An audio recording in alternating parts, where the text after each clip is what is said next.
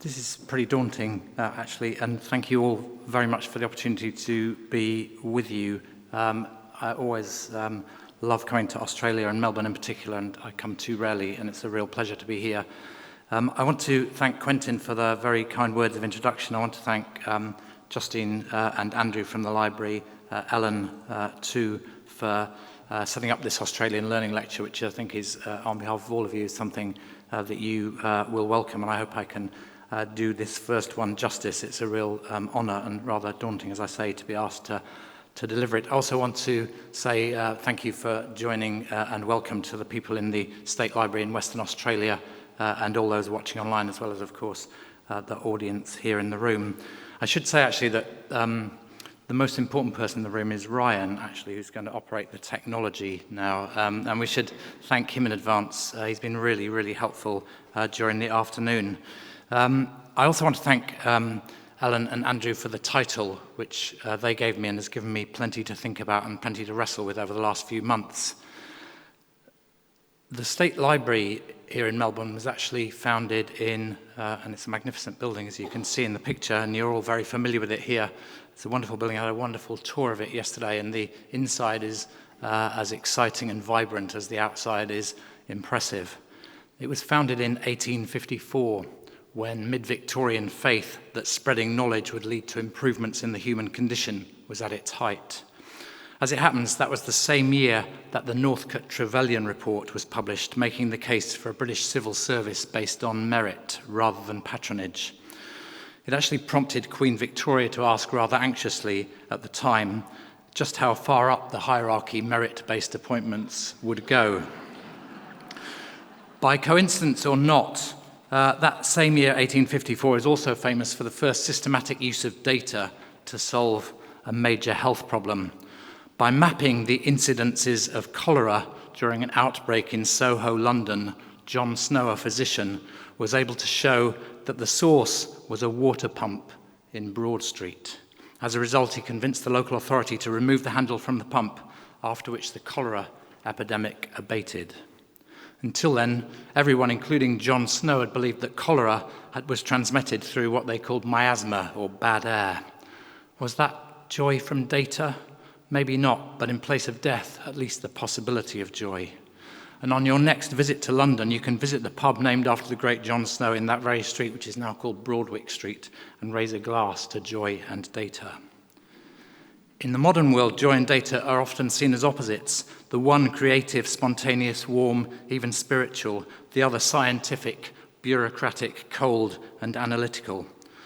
In part, this is because we look back to the mid-Victorian era through the historical miasma of the 20th century, during which the terrors of totalitarianism divorced scientific analysis and data from judgment and ethics.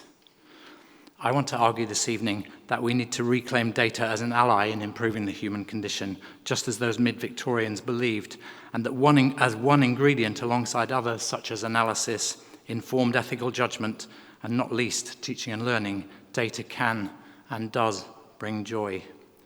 In doing so, I want to take on some popular misconceptions about data before concluding with a section specifically on the implications of my argument for teaching, learning, and education systems.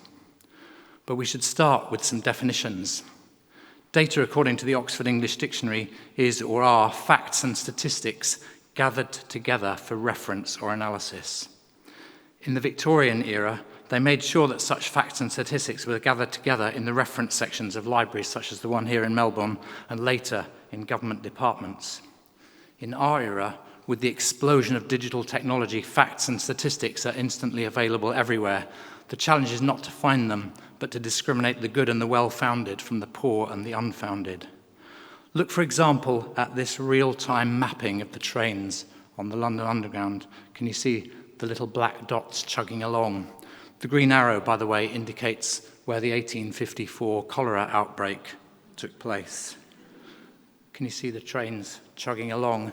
No doubt you can do the same, although I haven't tried with the trams in Melbourne. It's easy to see this spread of data into every corner of our lives as a threat, and there are dangers to which we shall come in a moment, but it's also possible to see it as part of a new democratization in which data is everywhere and belongs to everyone, rather than just the experts. Before we go further, though, we also need to define joy, which the OED describes as a feeling of great pleasure and happiness. It's important to my argument later to distinguish joy from fun, which is a much shallower emotion. You can feel, and we all do from time to time, profound joy. The language won't even let you say profound fun. Similarly, following a conversation with Ellen, I want to distinguish joy from success. Of course, success can lead to joy, but success, as the England cricket team constantly remind us, is transitory. More fundamentally, there are many people who experience success without ever experiencing joy, and sometimes people experience success at the expense of joy. With this background, this is where I depend on Ryan, by the way, I want to show you a brief film. While you were enjoying summer and the first day of the Boxing Day Test match here in Melbourne, which inevitably, unfortunately, Australia went on to win, in Britain, we were living through winter, and I was otherwise engaged, as you'll discover in the film. The idea of the brief film was to explore these relationships and distinctions between data, joy, fun, success, and rain. Ryan.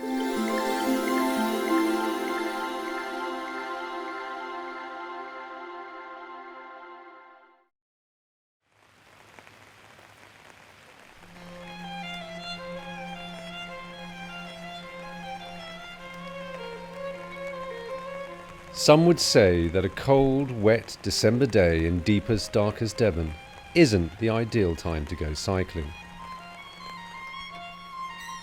But Michael has to train for an epic bike ride next year. If he waits for better weather, he could be waiting some time. This is England after all. If this desk-bound man on the wrong side of middle age has any chance of succeeding, he has to stick to his training programme. We can and do collect data on anything these days, even a cycle ride. There was a time when you just got on your bike and went. Water bottle, lights, gloves, helmet, all standard equipment. But a computer? That small addition will collect data in real time on every aspect of Michael's ride. It will map his route, tell him how far he's travelled, measure ascent, heart rate, cadence and speed, or in Michael's case, the lack of it. All this might be interesting, but does it make Michael's ride more fun or joyful? There isn't a lot of fun to be had with or without a computer. And Michael lives at the bottom of a hill, so the only way is up. Does the computer's ability to tell Michael he's going slowly and his heart rate's going through the roof make the ride more fun? Michael would say that actually it does, but that's because he's an obsessive graph-loving data freak. But that's not the same thing as joy. Fun is shallow, joy is deep. Not all cycling is uphill though. Even for Michael, there are those glorious moments of accelerating downhill. These moments may pass quickly, but Michael says they can be truly joyful, not just fun. And this time, he might not be alone. A lot of endurance sport, at the time of execution, as it were, it's quite painful. But I think the fun in cycling, there are times in cycling where it's a real struggle, and it's a real battle, and you're grinding away, and it hurts and it's painful, and yet you finish, and you can never quite relive the pain, and you look back and think, wow, that's brilliant, I can't wait to do that again. And you think at the time when you're doing it, it's excruciating. But I do think there's a sweet spot somewhere in there where, every now and again you go out on your bike and if you've got yourself in pretty good shape, you're riding along and it just feels exhilarating. You could be on a hill and you could be working really, really hard, close to your maximum, but you feel just in control. And you think, wow, I'm going all right. I feel really good, even though I'm suffering. And that's fun. But what, if anything, has that joy got to do with the data being collected? Maybe the data will help even Michael to be more successful. He's never going to win an Olympic gold for Team GB, but apparently he's a joy to coach. I was delighted to take on Michael in a coaching role, as it was obvious there was so much room for improvement. Gold or no gold, the data will enable Michael to see whether he's improved, and if he keeps improving, he'll develop a sense of progress and maybe a feeling of success. There's the execution of a performance, as it were, or a race, and then afterwards there's a reflection of whether you won or not. Did you enjoy it or not? Because you can actually enjoy, I'm talking about a bike race at the minute. You can enjoy the whole race. Great performance, all working out, but you might not have won. So Peter, you thought that average heart rate, which is 123 beats per minute, is a reasonable heart rate for that kind of ride for somebody like me? Yeah, of course. I mean, that was a ride that we completed. But what has all of this got to do with joy? The missing link is learning. Mastering something you didn't previously know or understand is truly joyful, and the ability to learn is greatly enhanced by the data. For Michael, though, the data, joy, and a great coach make up for the lack of talent.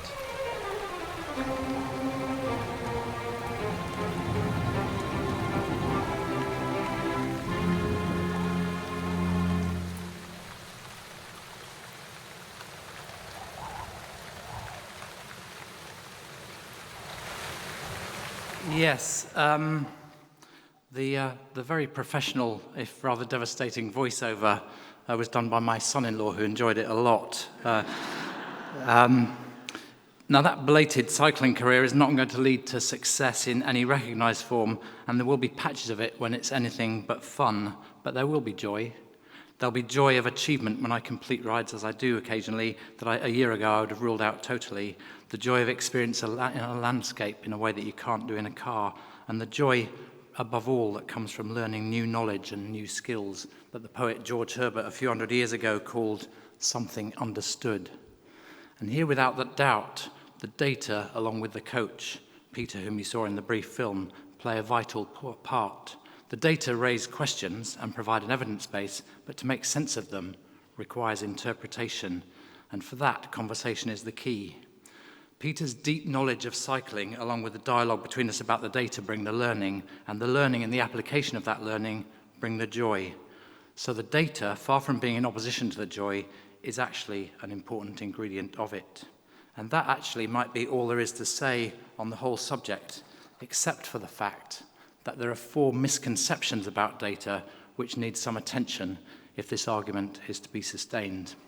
And the first misconception, thank you, Ryan, timing's impeccable, is this: the growing ubiquity of data in our lives undermines creativity and inspiration.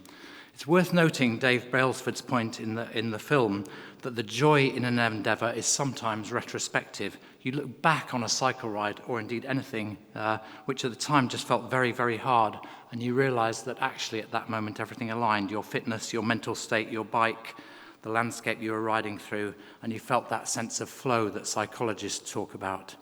These moments do occasionally occur spontaneously, but in cycling, and actually in many, many activities, they're much more likely to occur as a result of explicit learning, training, practice, experience, and coaching. To play the Beethoven violin concerto may well be joyful, even sublime, but it doesn't happen without a lot of hard work in advance and perhaps misery behind the scenes. The point is, though, that the listener may experience the joy without the hard work, but the hard work is still essential to the performance. In fact, you could argue that part of the pleasure in viewing a great painting or a great performance is that you can experience the joy without all the hard work.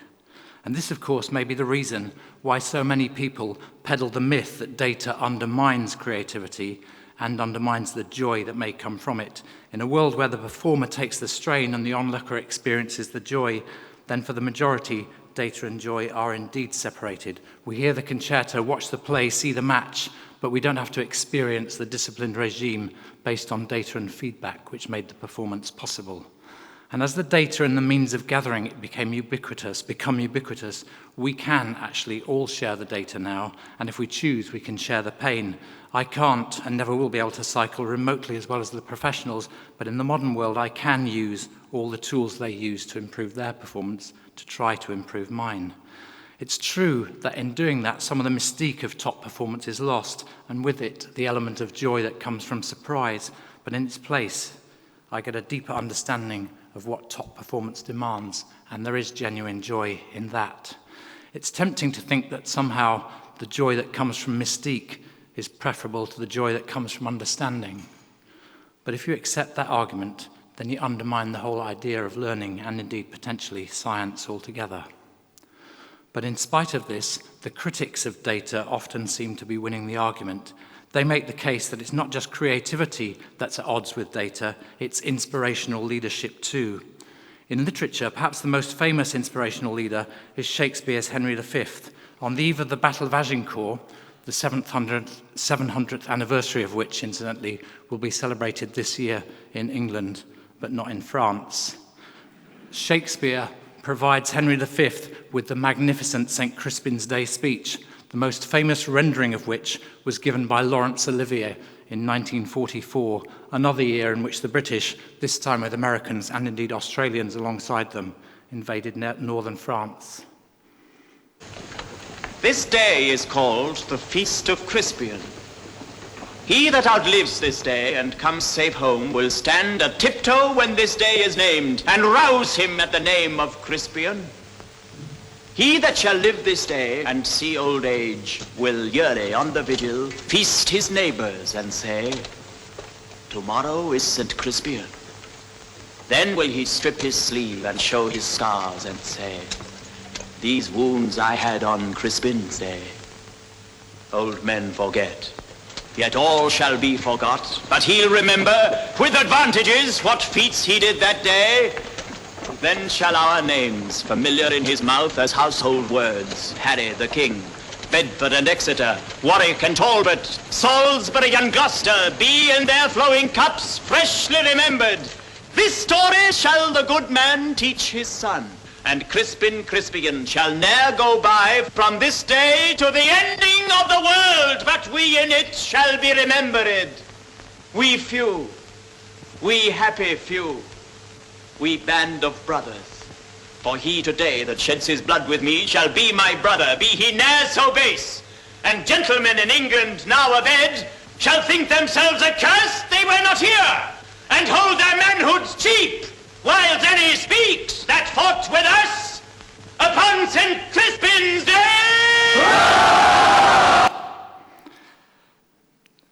You can't help be moved by the power of the speech and Laurence Olivier's delivery, especially if you think about it in the context of 1944. But don't be fooled into thinking that this wonderful speech, or whatever the real Henry said on the eve of Agincourt, actually won the battle. The speech might have contributed, but it would have been like chaff in the wind without careful preparation. On Henry V's behalf, someone counted the bows, someone filled the quivers with arrows, ensured they crossed the channel, and gave them to the archers, who in fact decided the battle. Inspiration with detailed planning based on data made the victory possible. I'm in favour of inspirational leadership. I'm also in favour of those condemned as bean counters. Not one or the other, both. Someone has to count the beans. This is the day-to-day reality of every great enterprise, whether exploring the further flung corners of science, managing a company, or leading an educational institution such as a school, a university, or a library. The daily grind, informed by whatever data is available, is as important as the inspiration. And any joy that is felt by the staff or the users of the service depends at least as much on the data as it does on the inspiration. Moreover, the better the data, the greater the efficiency. In other words, improved data will reduce the grind and maximize the inspiration, and therefore the potential for joy. So far from being in contradiction with joy, therefore, good data makes it more likely. Which leads to the second misconception. It's widely held belief that somehow, as the data improves and strengthens and becomes ubiquitous, that it was in conflict with human judgment, or indeed that it's actually replacing human judgment. People tell you, as if you needed telling, that not everything can be measured. As a statement of the obvious, this is of course harmless, but as an excuse for not gathering data, which is sometimes how it's deployed, it's dangerous.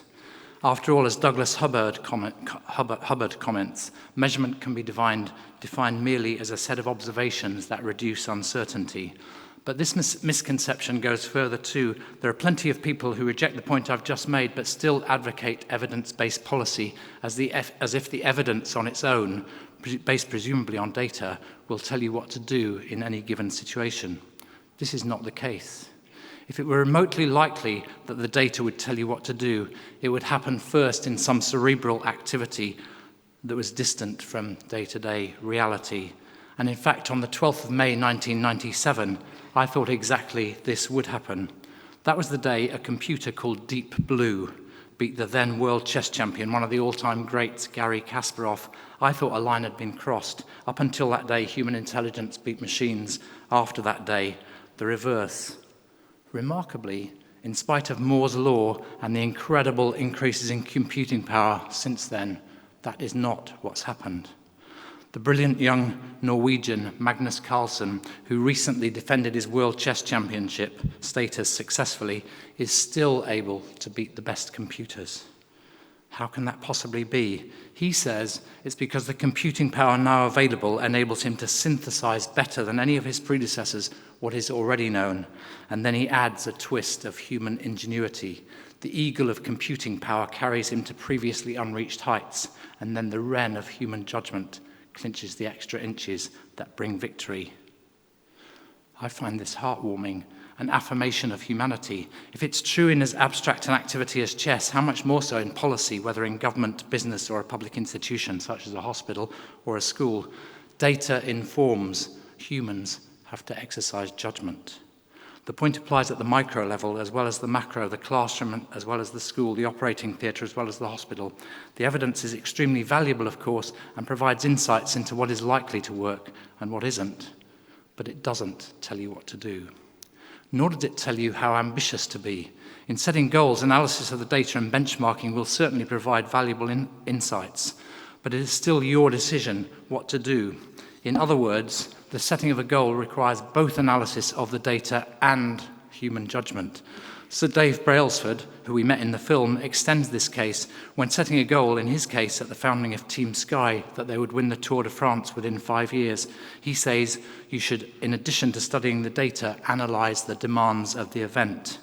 What does it take to win the Tour de France? They go through it systematically. To reach answers, they would ask further questions such as, what does it demand physiologically of the cyclist? What does it demand psychologically of the cyclist? What does it demand in technique terms? Technically, what's required of the bicycle itself? And finally, what does it demand tactically? Within the rules, what is possible? The second winner of the Tour de France in 1904, it turned out had made a tactical innovation too far and ridden several of the stages on a train and was disqualified. In fact, Team Sky have indeed analysed thoroughly the data to decide how to win the Tour de France, and in fact they won it twice within the first 5 years of their existence. But the ambition came from Sir David Brailsford and his very human team.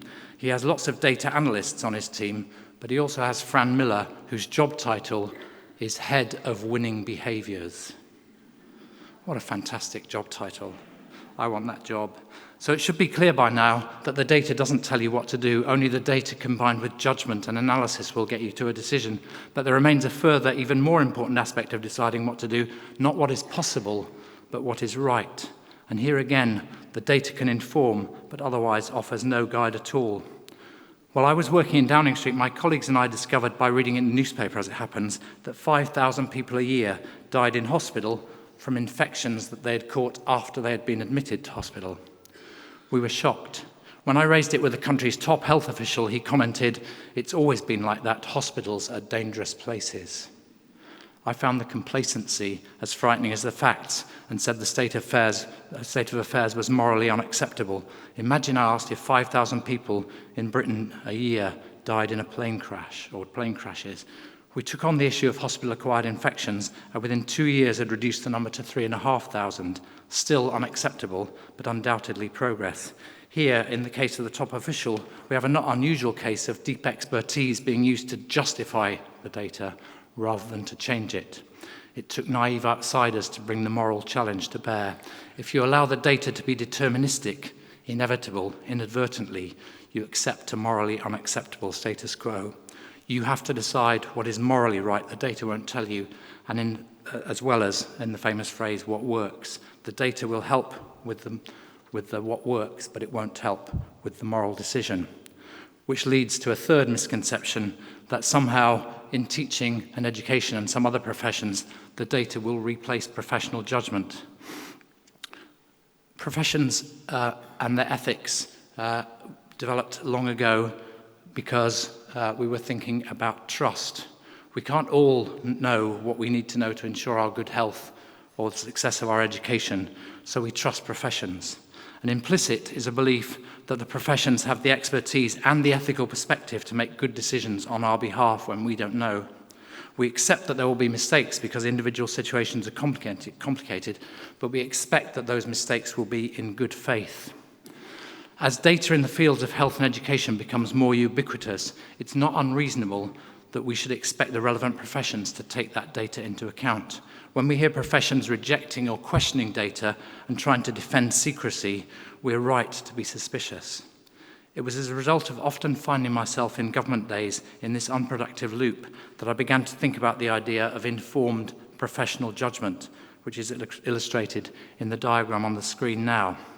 In the late 1970s, when I started teaching just north of London, I don't think it was all that different in Australia. After a year's theoretical training with a couple of brief teaching practices, you qualified and started teaching. Someone shoved you through a classroom door on your first day, and after that you were on your own. You sank or swam. Hardly anyone came to see you teach, and such advice as you did get was from an experienced teacher over coffee by a battered kettle in the corner of the staff room. This is what I call uninformed professional judgment. There were, of course, great teachers, but there was no systematic attempt to build a body of proven practice and share it across the profession.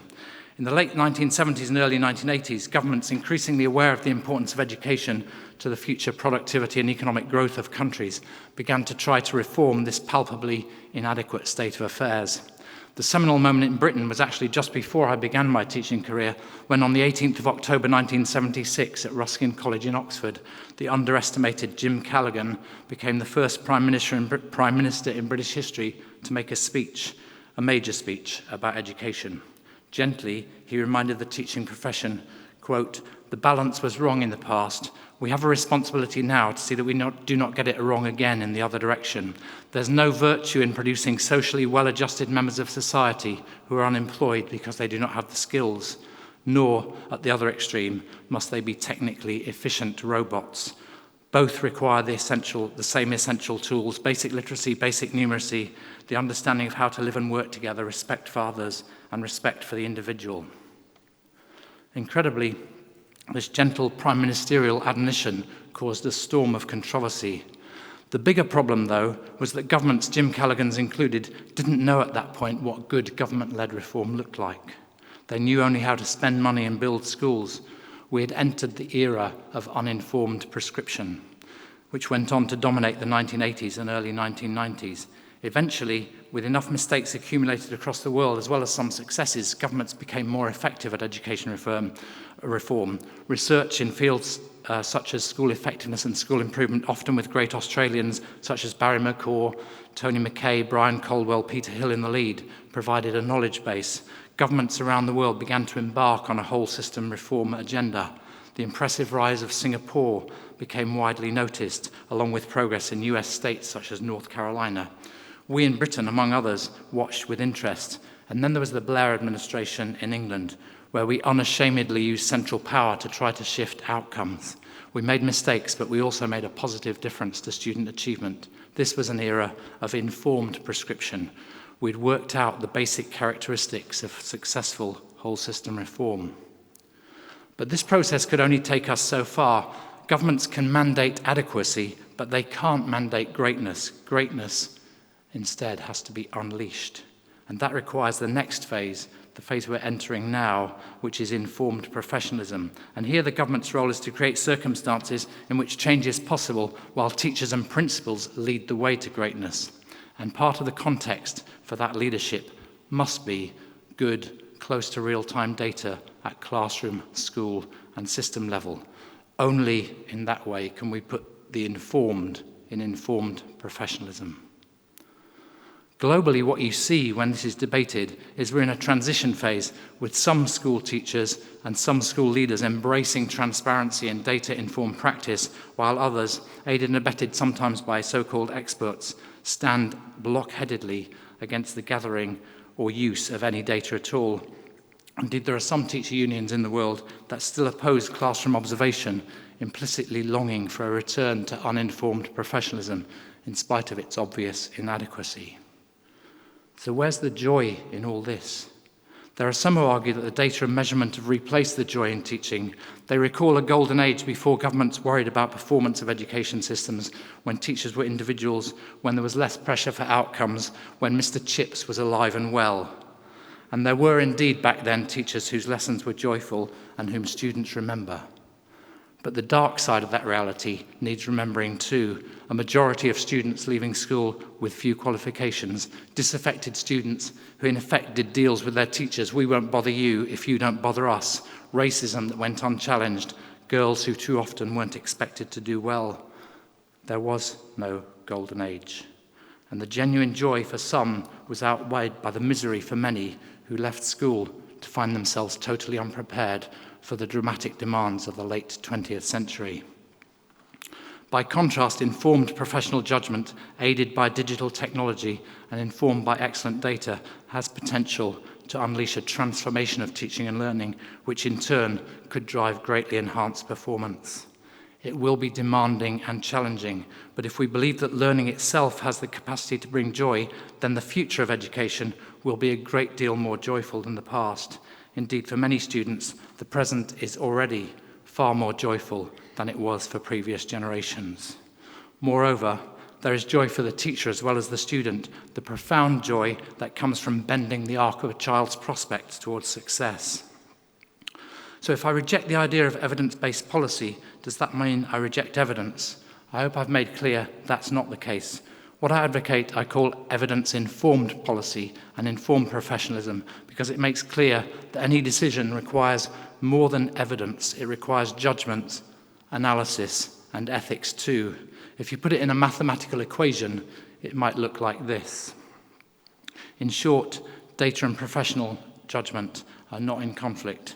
They go together, which leads to the fourth and final misconception, that the data will be abused by governments and businesses, so we shouldn't collect it. We're drowning in what my colleague John Behrens calls the digital ocean. Every electronic transaction, every mobile telephone call, every email, every text can be recorded and stored not just by the sender and receiver, but by the carrier. And much of that data can sometimes be intercepted too. People are understandably outraged when they discover that government agencies or businesses might be intercepting or collecting data without their knowledge. As education and learning go online, data is increasingly being captured at the level of individual mouse clicks about both individual learners and massive groups. Such data provides huge opportunities for analysis, which could in turn lead to significant improvements in the quality of education, but simultaneously, clearly, it carries risks and threats to privacy. The joy in this comes from the extraordinary capacity to enhance learning. I keep coming back to my bicycle because it provides a light-hearted, non-threatening, unless you count the odd broken bone I've suffered this year, way of exploring the issues at stake in this lecture. The data that computer gathers as I cycle can be shared not just with my coach, whom you saw in the film, but through websites such as Strava. As a result, I can benchmark my rides on a particular stretch of road or one of Devon's brutal hills, as you saw in the film, against countless other riders whom I never meet. And thus I both compete and learn simultaneously. In this way, I take control of my own learning. The data is part of that, and I become an informed learner, and I promise you there is some joy in that. The data and technology have therefore hugely enhanced the capacity to learn, and we, humanity, applying that generally across all of learning, have barely begun to tap the potential of that new capacity. So what about the moral dilemmas? Is there a simple answer? I don't think so. The solution is certainly not to avoid collecting and learning from the data. That would be not just Luddite, it would be to miss the opportunity to put the science into the science of learning. So I'm left with the argument to which I keep coming back, namely that we collectively, whole societies, individuals, schools, institutions, have to take responsibility for the ethics that surround the explosion of data and try to create regulatory frameworks that maximize the benefits and minimize the risks. If you ask most people most of the time, they advocate both transparency and privacy. They're both important ideas, they're both necessary, and at the same time, they're clearly in tension. The challenge for the moment is for the ethics to keep up with the rapidly advancing frontier of the data revolution. But the key thing is this: the problem is not the data. The issues, both ethical and statistical, relate to how human beings choose to make use of the data. The risk is that through the false interpretation of data, or through a failure to recognize that the data is incomplete, human beings mislead themselves, or worse, that one group of human beings intentionally deceives another. This is why, when I was working in Downing Street, I always urged my wonderful statisticians to be not just data analysts, but the conscience of the whole operation. Did the data stand up the story, or didn't it? That was a moral, ethical perspective as well as a data perspective. These distinctions are important because if you blame the data, you might choose to avoid collecting it, whereas once you realize that the people are in control, you can focus on their capacity to make good use of the data that is available. So, with the misconceptions laid to rest, or at least I hope I've tried to do so, we can turn to what this might mean for education reform. Let's imagine for a moment a teacher who began her career in 2005 and retires in 2040. Soon after her retirement, she's sitting in a rocking chair on a veranda looking at, and you can choose the view, it might be the Blue Mountains or the North Devon coast near where I live, or even the great cityscape of Rio de Janeiro. Her grandson walks over to her and asks her what she did in her career. She could say, teaching became more and more of a chore.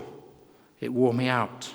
My colleagues and I fought tooth and nail to preserve the old teaching profession, where the teacher ruled the classroom, decided the curriculum and prepared the lesson plans, and was left alone to do so. We held off as much as we could the tide of change that governments driven by economic imperatives and technology pursued. I became a teacher to make a difference, but I look back and I think I hardly did. And then she could say to the grandson, I hope you won't become a teacher. Or she could say, I thank my lucky stars that I became a teacher when I did. I had gained enough experience by the time the technology and data revolution came that I could seize it, along with my colleagues, and make it work for our students. Once we adopted informed professionalism as our mantra, the transformation fell into place both for us and government. We became the creators of the future. The technology became ubiquitous. The data helped us map the path forward for every student. Individually and collectively, we were able to demonstrate the huge difference we made, not just to students, but to society as a whole.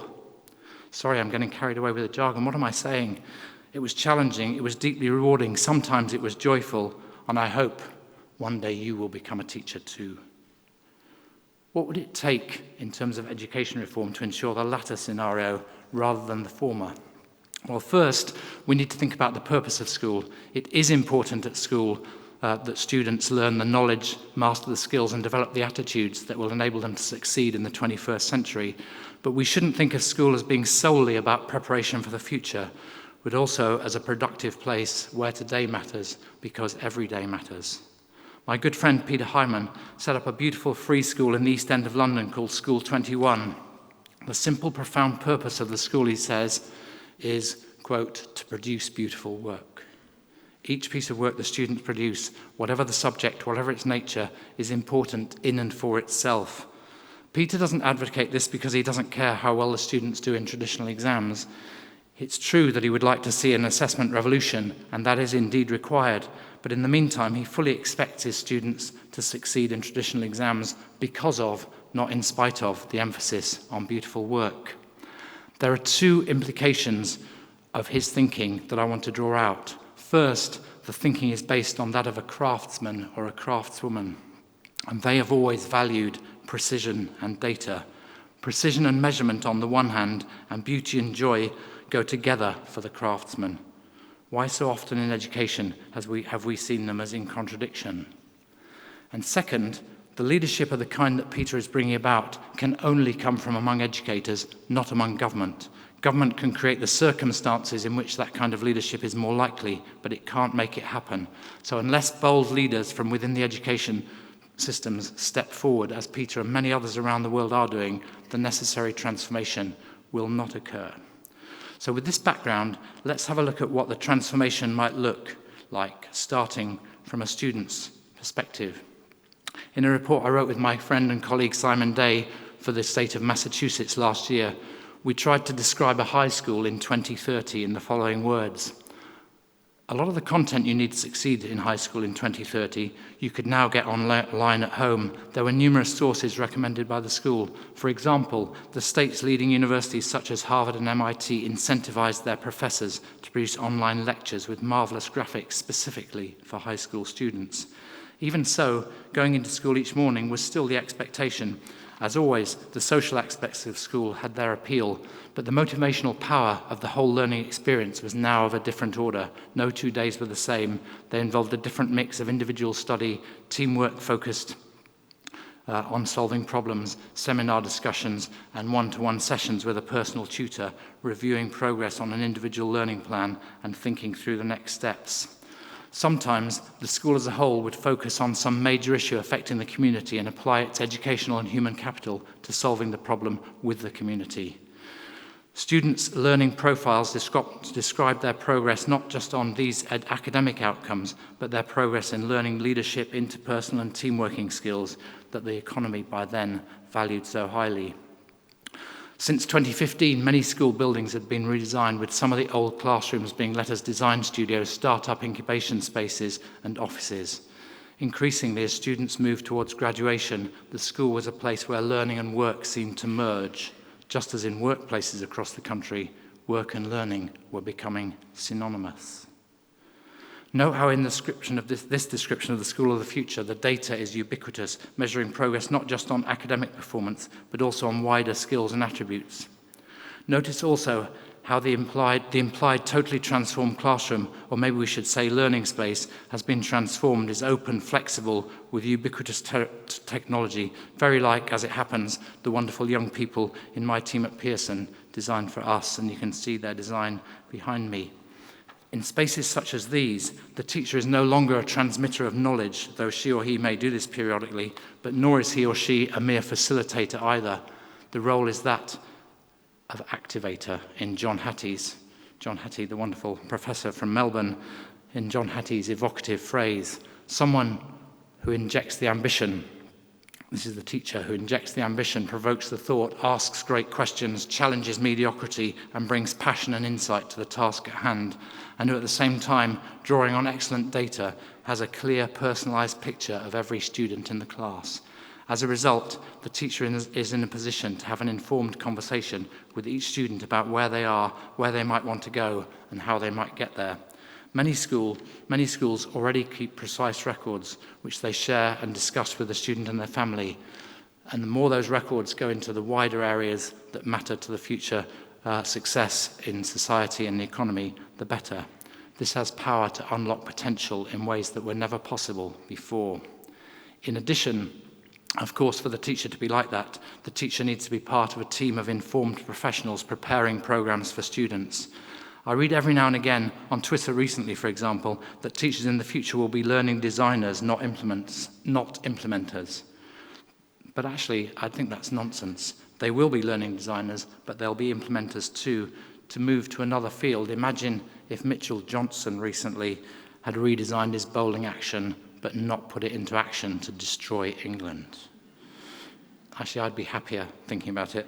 Moreover, the teacher, assisted by the providers of online materials, which will then, and already are beginning to replace textbooks, will have access to data from far beyond the school that will enable them to answer such questions as, precise as this: has anyone successfully taught this sequence of geometry to a group of Turkish boys who are in danger of falling behind? And if so, how did they do that? The teachers who solve such problems, by the way, won't necessarily have to wait to be asked. They can post lesson plans and videos in easily usable formats for their fellow professionals to draw on. They could, if we wanted to, receive a royalty every time their solution is downloaded, just as an artist does on iTunes. In this way, innovation will be built into the way the entire teaching profession works. Occasionally, there will be a major breakthrough, but just as importantly, continuous improvement will be integral. Our friend Sir David Brailsford calls this the aggregation of marginal gains, the constant testing and refinement of small details that in cycling make the difference between victory and defeat, and in teaching between progress and stagnation. And this, of course, has implications for school leadership too. We will want instructional leaders, of course. Our schools will need to be capable of recognizing, our school leaders will need to be capable of recognizing and inspiring excellence while also challenging mediocrity and questioning it. They'll need to spark innovative thinking and make decisions about when to unleash a radical experiment and when to hold back. But this will not be enough. They will also need to think strategically. As Michael Fullan and Caitlin Donnelly argue in Alive in the Swamp, they will need to understand that the digital revolution will only bring transformation in outcomes if they, the school leaders, simultaneously change pedagogy and school organization. All three need to change at once. And finally, school leaders will need to engage parents and communities in a continuous dialogue about education and its implications for learners and society as a whole. Such analysis of the future is influencing education providers and companies too. At Pearson, we've put educational outcomes at the heart of our strategy, and my team is responsible for ensuring that all of our products and services become capable of demonstrating their impact on learning outcomes. Enabling these radical changes across systems is the task of government too, of course. Politics varies across time and place, but the task everywhere I would define in one word: stewardship, seeking always to leave the system better than you found it. What does it take to be a steward in this new era? Well, first, government needs to set strategy and direction, looking 5, 10, or even 25 years ahead to do so. It needs to interpret the world and to think through the implications for the system. In part, this is an analytical task, increasingly involving dialogue with other countries informed by benchmarking data such as PISA, but it's also more than that. There's a desperate need for government to open up dialogue with people and to level with them in plain language about what lies ahead. And one central fact about the 21st century is this: for any person with a great education and the capacity to keep learning, the world is one of boundless opportunity. For anyone without those attributes, by contrast, it's a threatening and unforgiving century. The second thing that matters in this stewardship role is setting the rules and providing the data that enables performance to be understood and decisions to be informed at every level, from classroom to country. As Margaret Spellings, the former US Education Secretary, used to say, "In God we trust, for everything else we need data." And increasingly, this data should be publicly available and open to analysis by anyone with an interest in doing so. Third, there does need to be a growing emphasis on funding education, which is vital, but also on spending the money wisely, not just because we live in an era of austerity, but also because people's willingness to pay taxes shows no sign of increasing. Yet their aspirations for major improvements in government services, including education, is not diminishing either. Fortunately, the quality of the data and the growing evidence base should enable precision targeting of policy instead of blanket regulation. This should have the double benefit of being both more effective and more efficient. Take a look at this map of the 36 districts of Punjab. We have data like this in the Punjab education reform every month from 55,000 schools. It enables us to look at where the challenges are across the province. The Chief Minister and the team look at these maps each month, and they direct their efforts precisely to where the problems are, and you can see them very vividly on the maps. When the Chief Minister first saw these maps a couple of years ago, he said, "I'm going to sleep with these under my pillow." Of course, the government there retains the capacity to intervene when there are major problems, but most of their actions now are much more targeted. This is just one example of how data enables precision, and if they can do it in Punjab, there's no excuse for not doing it anywhere else. Regulation, of course, will remain important to ensure fairness and appropriate use of public funds, but increasingly it should be less like traditional regulation and more like tending a garden. This is indeed the implication of the whole nudge argument, which many of you will be familiar with, under which citizens are empowered and given choice, and the government role becomes one of putting in place choice architecture and incentivizing the behaviors that benefit the wider community as well as the individual. None of this is possible without a regular flow of good real-time data. Fourth, and finally, government has a responsibility to ensure the supply, capacity, culture and quality of the key professions in any service. The key to this in relation to the teaching profession is the case I made earlier for informed professionalism. And for teachers and their leaders as well, it's important that they, along with government, put learning outcomes, short and long term, at the heart of their dialogue. Once it becomes a steward in the sense I've described, government will rely on data, but it won't become the provider of joy. During Blair's second term, while I was in Downing Street, the Department for Education in England published a policy document on primary education called Excellence and Enjoyment. My friend, the former Secretary of State for Education at that time, the Home Secretary, wrote me a note in which he said, the next one will be called Happy If Not Excellent. We found the title absurd, not because we were opposed to enjoyment in primary schools, far from it, but because I don't think the government should have a policy on it. Government's role is not to provide enjoyment or joy, but to create the conditions in which they become possible and even likely for teachers and students across a country. I've often said before that the road to hell in education is paved with false dichotomies, joy and data, risk becoming another one. Let's reclaim them. Let's unite them in pursuit of an education for everyone that is rich, deep and fulfilling. That way, we will enable future generations here in Australia and elsewhere to seize the immense opportunities that lie ahead. Thank you very much for your attention.